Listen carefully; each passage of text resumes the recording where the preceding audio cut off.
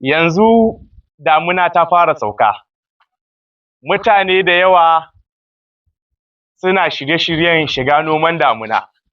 To, shekaru biyu da suka wuce baya manoma sun samu kuɗi matuƙa, musamman manoma masara.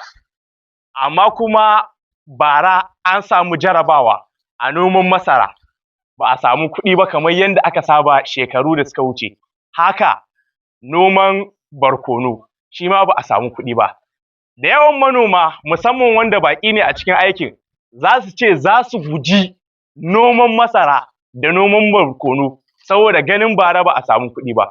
To ku sani, in kiɗa ya canza, rawa ma canzawa yake.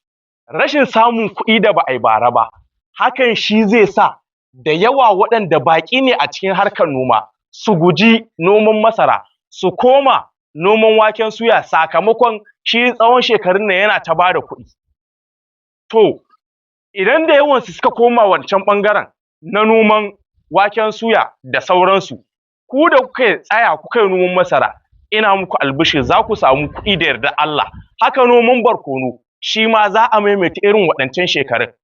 Ka sani, wai don an samu kuɗi bara ba shi yake nuna lallai za a samu baɗi ba, ko kuma in an rasa za a samu, ko kuma idan an rasa ba hakan shi ke nuna baɗi ma za a rasa ba.